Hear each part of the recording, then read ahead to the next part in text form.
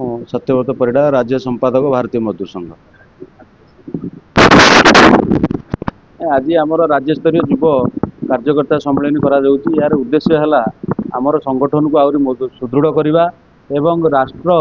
प्रेम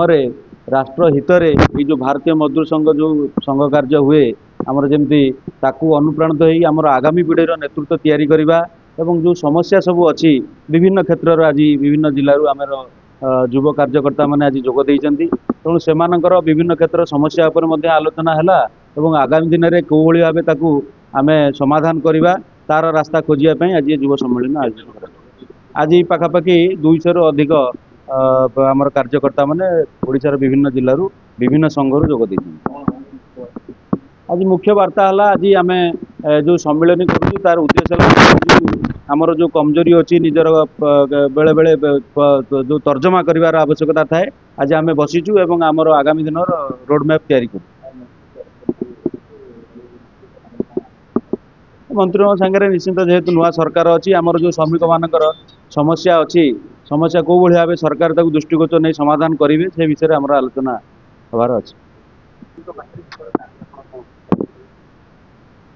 ओडिशा रे देखिथिबे प्रायतः श्रमिक माने विभिन्न समस्यार सम्मुखीन होउछन्ति तो ओडिशार श्रमिक मान क्षेत्र में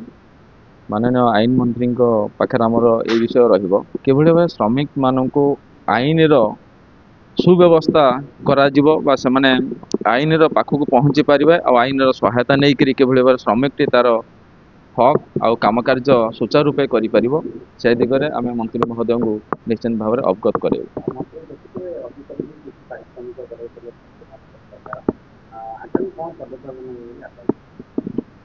जो पारिश्रमिक बढ़ाई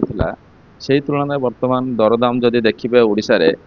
बा भुवनेश्वर हो ओडिशार विभिन्न जगार आप देखिए दरदाम को देखिले जो पारिश्रमिक बढ़ाई ताहा संभव नुहे गोटे परिवार को भरण पोषण करवा तेणुकु से विषय में मंत्री महोदय को आमर नवेदन रे ओडिशार श्रमिक भाई भौणी मान उद्देश्य किभଳି भाबे सेमानकर चुली भलरे जलिब से पेट को मुठाए दाना भलरे मिलिब आ पिला छुआ पाठ पढ़ी पारे श्रमिक मानर उत्थान हेले ए राज्यर राष्ट्र निश्चित भाव उत्थान होगा। ओडिशा रे जो व्यवस्था चली निश्चित भाव में आम एक आशावादी अच्छु सरकार पाखे श्रमिक क्षेत्र में एक क्रांतिकारी परिवर्तन आसो बोली आम आशा रखीचु। आज जो युवक सम्मेलन होती ओडिशार विभिन्न प्रांत आसी युव कार्यकर्ता माने निश्चित भाव में गाँव में बास करुवा विभिन्न कल कारखाना काम करुवा श्रमिक मान उद्देश्य माने समर्पित भाव में काम करेंगे आर हक किभଳି भाव पाइपर से सारा राज्य में